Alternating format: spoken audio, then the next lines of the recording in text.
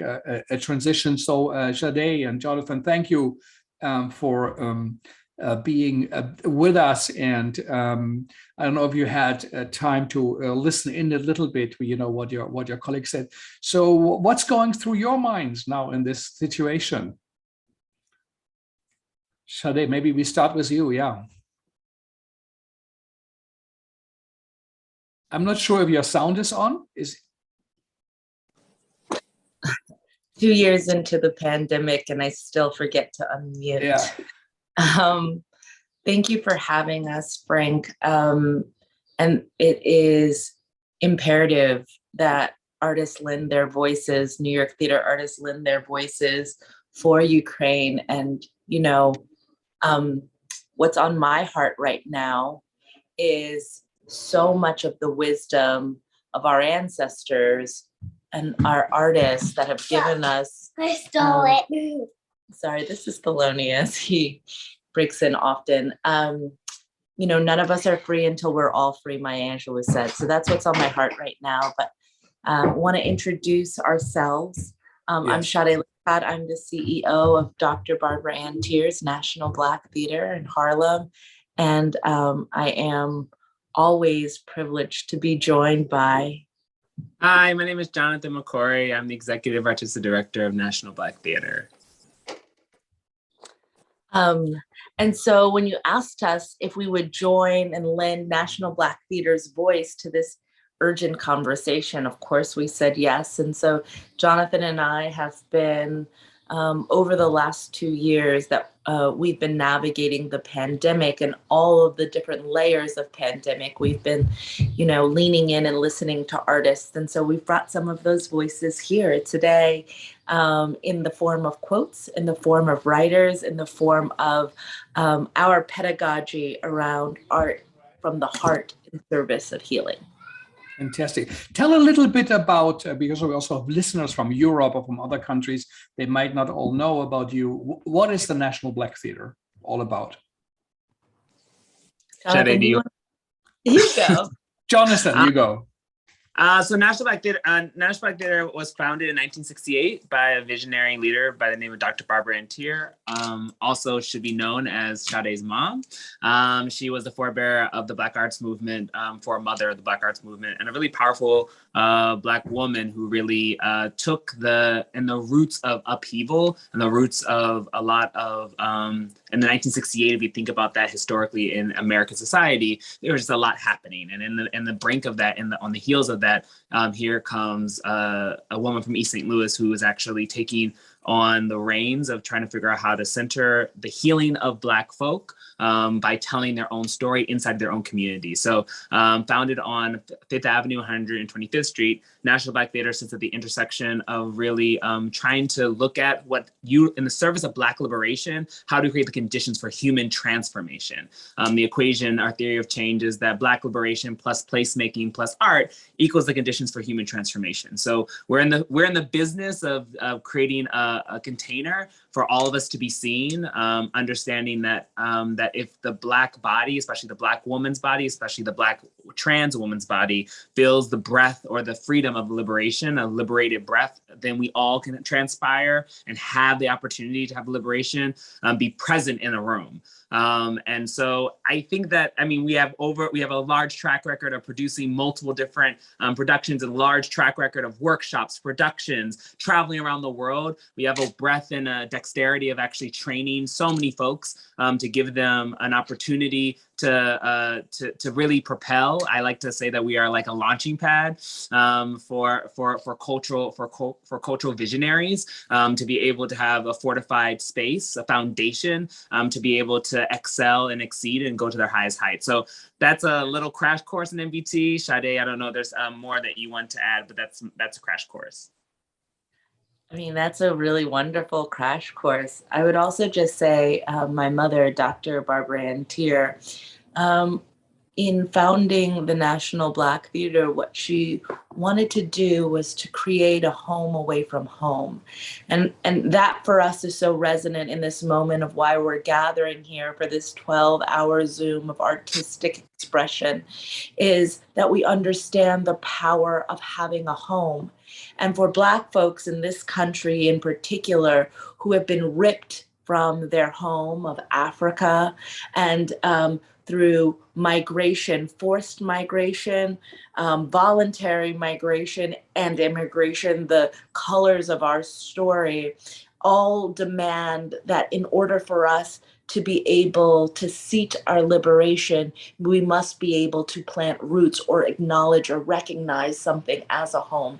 That when we are in the world doing what we do, we can only do it if we know that there's safe space that's holding space for our own creativity and liberation. And so NBT was created to be a home away from home for Black artists, no matter where they are, at what point they are in their career, that there's a safe space and that there's a space calibrated for their liberation and energetically, spiritually, and emotionally holding space for them to rise and fly. And so I would just add that to the crash course of what and who NBT is. We are hyper local in Harlem, but we're also global, as the diaspora calls our space home.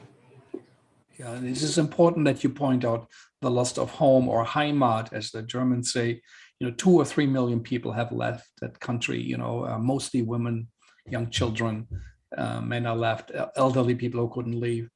And so, yes, this is something to everyone here who thinks about art, creates art, is so close to our thoughts. What came to your mind as a response? You guys said we selected some voices, we brought something. What were you thinking about? It's mainly a roll call of quotes from various different BIPOC visionaries who kind of lean into the curiosity of discomfort, lean into the curiosity of also what does radical liberation look like. And so Sade and I were just going to read those quotes, and then hopefully just having a discourse and dialogue with you, Frank, around what stems from it. What does it mean to embody these quotes? What does it mean to actually have these quotes live inside of this context?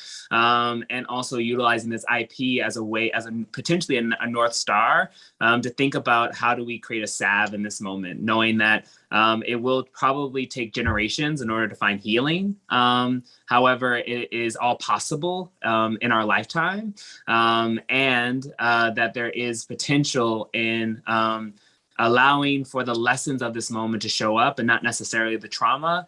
And how do we get there? And not saying that has to happen right now, not saying that it has to happen 3 days from now, but it's understanding that in order for civilization to have the echoes of hope, the echoes of faith, the echoes of a new dawn, there has to be a conversation around how do we learn from what the tragedies that are ahead of us, so that we can find the common ground that allows for the bleeding not to happen, but the healing to happen.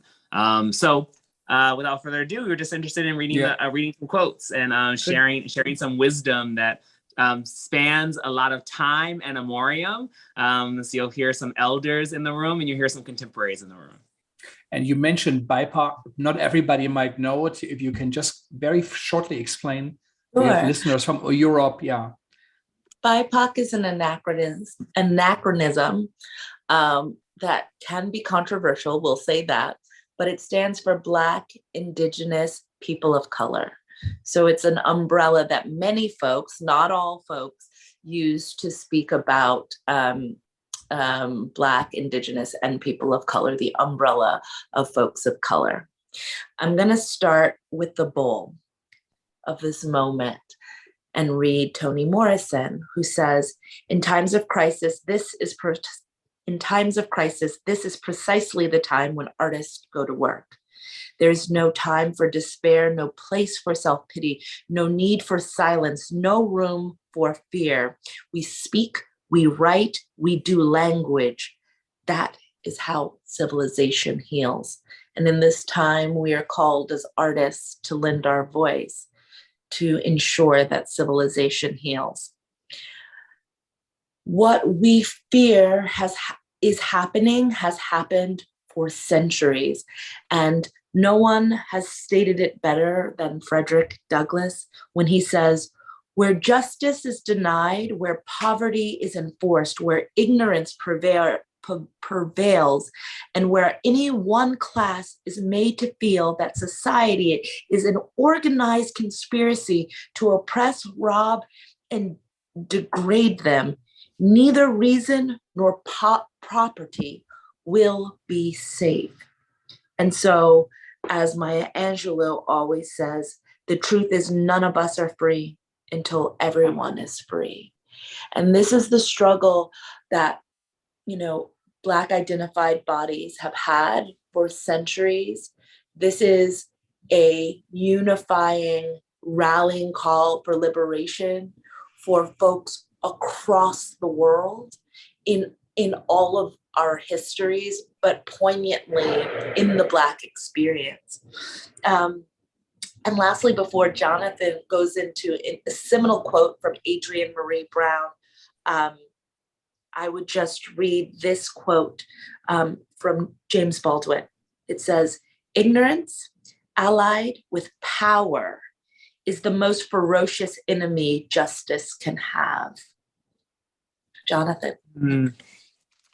And so I'm going to read a quote from Adrienne Maree Brown's Emergent Strategy. Many folks out there who are listening might know the book. It's a book that really looks at how nature and how the world can help shift how we think about policymaking, how we think about how we flock, how we think about movement building.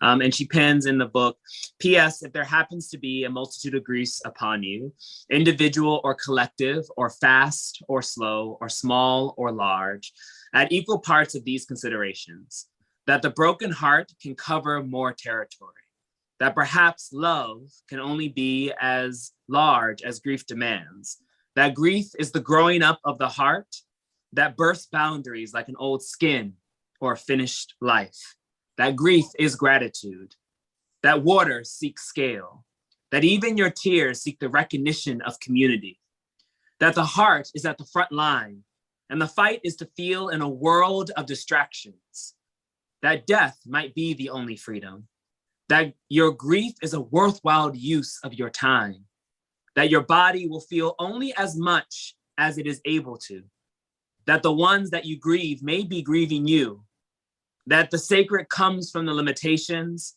that you are excellent at loving.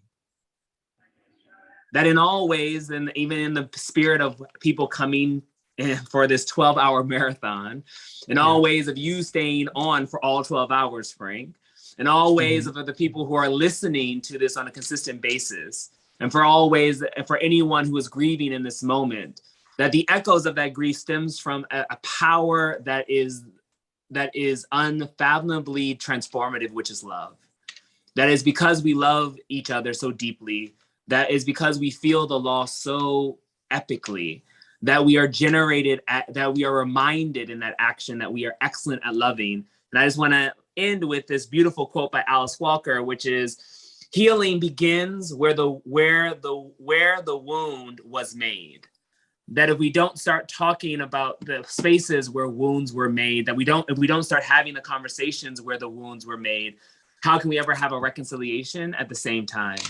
So that's really the quotes that we brought to be present with this conversation, knowing the epic tragedy of what is the premise of making this marathon happen as practitioners who work in gathering and making profound, courageous, safe gathering spaces for us to stand in tow with our other fellow colleagues in the New York City area, saying that we stand beside, we stand in concert with the many other voices who are working as purveyors of a very sacred act, which is to gather, which is to allow for the hearts and minds of individuals to be transformed. Sade talks about that all the time.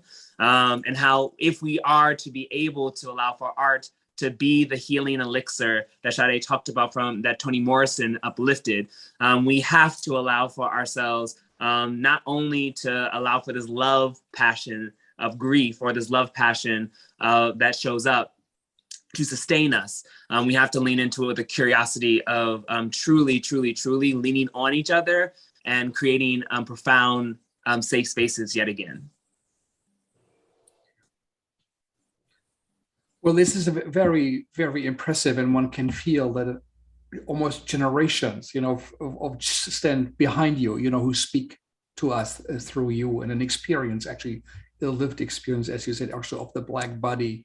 And today, we heard also in some of the Ukrainian artists, over centuries, that country has been invaded, even so it was once part of the Greek Empire, actually. And some theorists say that's why they are different. They are not used to kind of the czarist image of the one person in power, that there are, traces of that kind of older European idea of pluralistic voices. Their language has been forbidden 142 times in like 200 years to be spoken even.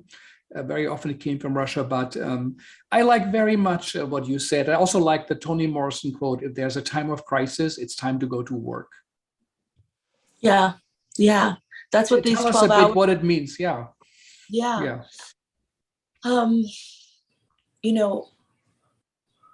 Artists are the greatest tool in the translation of the human experience. The ability to be able to be a storyteller is the power of the pen. It is how we create bridges of understanding. It is how we translate culture through time. It is what unites us. It is what grounds us in our humanity. And in times of crisis, that is when the artists go to work. So often we are paralyzed through our trauma, through all of what we're experiencing. The idea of how to make sense of the senseless is the space in which the artist creates an alchemy by which there is a possibility for healing, for transcending, for transformation. That all is not lost if the artist is in the room. And so as the most incredible and generational translators, right, when all generations come and they go, when civilizations come and go, what is left is art. And so the artist becomes the most important purveyor of how we have endured, but how we will ascend and transcend. And so I think when Toni Morrison says there is no time for fear, this is in times of crisis, this is when we go to work, we use language. All of the things that folks take for granted as a part of how we communicate are actually weapons in the artist's arsenal in order for us to show up, to be represented, to feel seen, safe, and sacred. And so that for me is what the Toni Morrison quote means. And Jonathan, I don't know if you have some reflections on the quote. I mean, I was just what was starting to come up for me was this notion of when impact happens and it shifts the breath, and what is the response after that breath is made. What after you've taken that breath, after that exhale, what is that? What do you do with every breath afterwards? Like on so many levels, I've been sitting with this idea of how does courage, and the etymology of courage, which I got from Sade, which means the heart, to be living in the space of the heart, versus bravery, which is to live in the space of the muscle. If you were to live inside the space of the heart and live the space of the courage and breathe inside of that, what do artists get to do? And how do artists then get to utilize that courage space to then actually shift and change the molecular structure of their blood memory? There is a blood memory that is being etched right now, and also blood memory that's being reminded right now. There is something that is happening, that is oozing out of our system, that is causing us to react, and also to be reactionary. And how we respond to it is the promissory note that we will not repeat the sins of our past, or the promissory note that we will evolve past it. And I think that there is a beautiful inside of all tragic moments, there is a beautiful love note that can be found amongst all of the tragedy. And if we are able to lean into the beauty that can be housed inside of it, we can then begin to etch a new fertile ground. A volcano teaches us so much. It destroys in its path, but it also fertilizes the ground in which it stands. And so, not to say that we need to rush to getting to fertile, not to say we need to rush to making beautiful art yet again, but it is a note that nature teaches us that in this time of tyranny, Black folks in the African American tradition can talk about it, slavery being one of those, right? If the promissory note was not held inside the bodies of Black and brown of my ancestors when they were on whatever cotton field, sugarcane field, whatever it was, they didn't have the promissory note of joy or the promissory note of a future laid inside of their body, my existence would not be present for you to interact with today.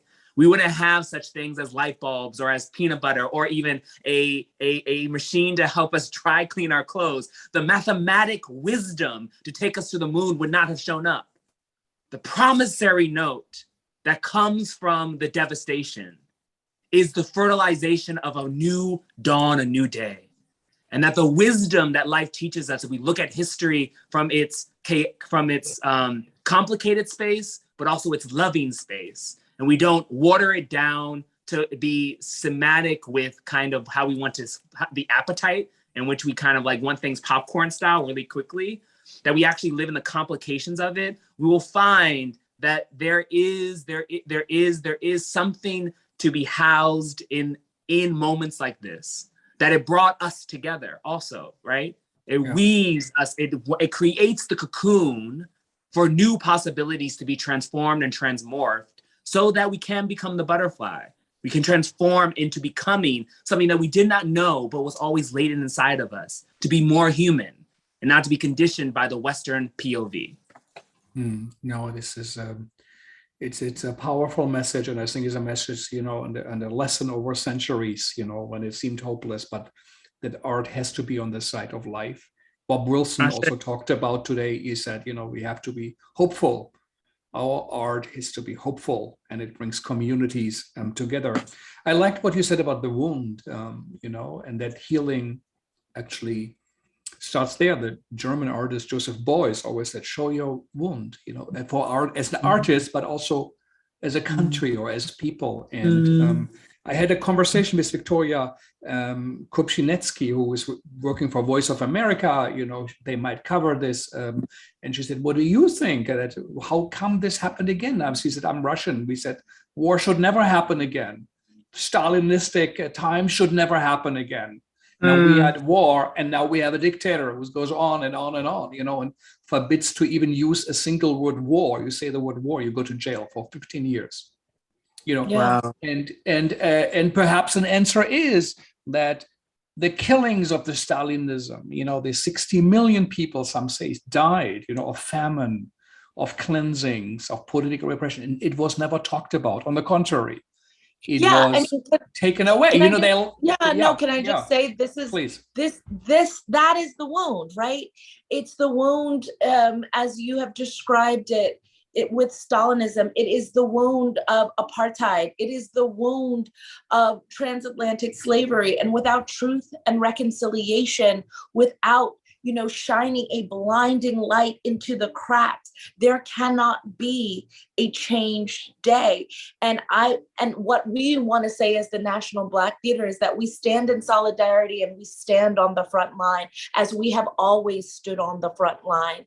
And the important part of this moment in time is that we are gathering, and we're using technology to find new and innovative ways to gather together, because as Audre Lorde has said, as Maya Angelou has said, until if I am not free, then none of us are free. And so for all of the viewers that are in Europe, for all of the viewers that are around the world, for Black American folks, African American folks, for Black diasporic folks across the globe that are listening today, we stand in solidarity. We all have our story of how we have persevered, of how we have been tried to be extinguished.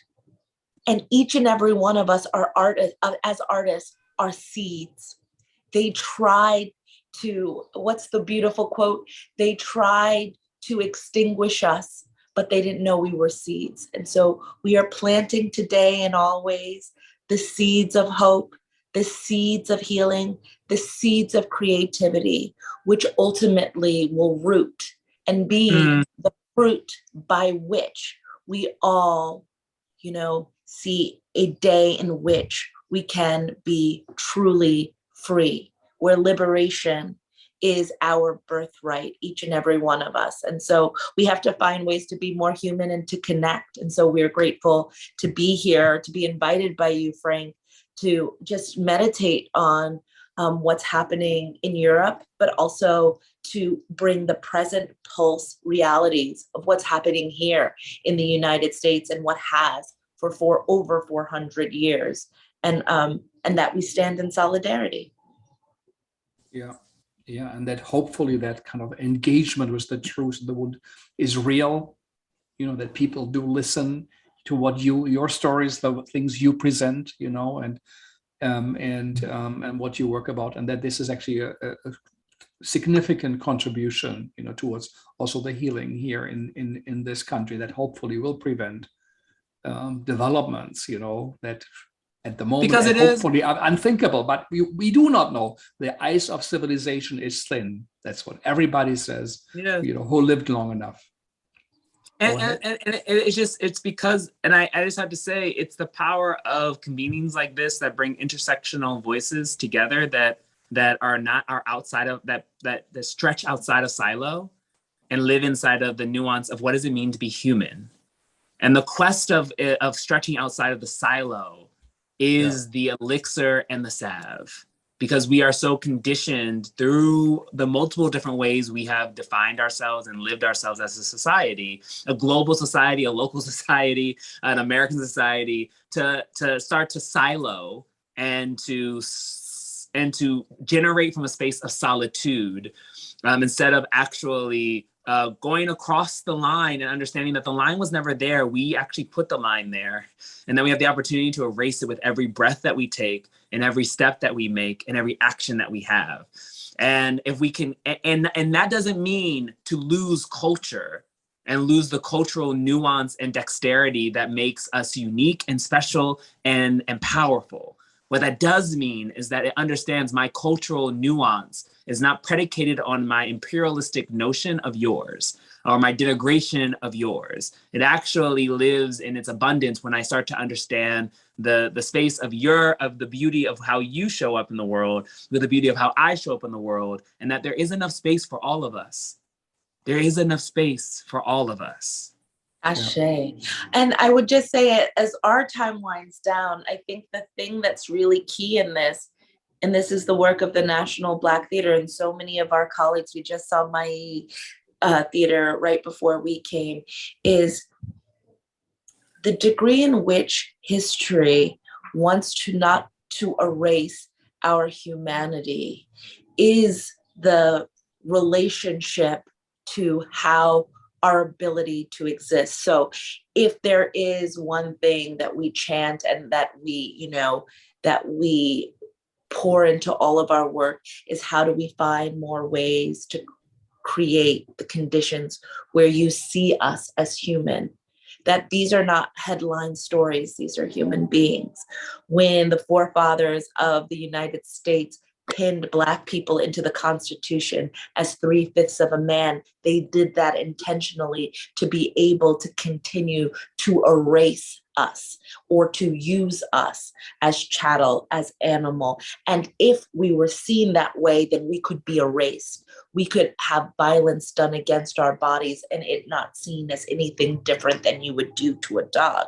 And so as we traverse this, as we lean into the alchemy of what it is to be an artist, what it is to be an artist is to, put on a pedestal the ideals of our humanity, and that we each and every one of us deserve to be seen and to experience what we are traversing through the heart, mind, and spirits of a human experience, a soulful experience that is rooted in our humanity. So I see our colleagues are coming on. Yeah, come on, Kate, say hello, and Nicole, and to your colleagues from the National Black Theatre. Hello. Hi. Hi. Hello. Hi. Good to see you. Great Yeah. to see you. You. Well, Frank, I just want to say I hope you're drinking lots and lots of water. Yes, I do. 12 I hours. have it here. I hope you're drinking But- lots of water. Yeah. This is a beautiful marathon. It is so beautiful to see the next company that's coming in with so much light and love. And really thank you for orchestrating. I know that it takes a lot of weight to do this. And there's so much wisdom being shared that I think there's a transformation upon foot of what you have started, and hopefully it becomes not a tradition because of the incident, a tradition because it's necessary. And that we don't need the incident in order to make this happen as a necessary precipice. We just need to love to want to be in space with one another again, and to transmute and again, take away the line. The line was never there. We crafted it.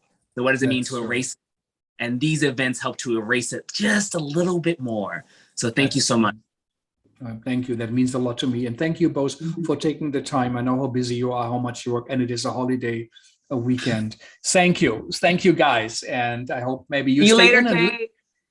and maybe you listen to the Play Company, which is, I think, one of the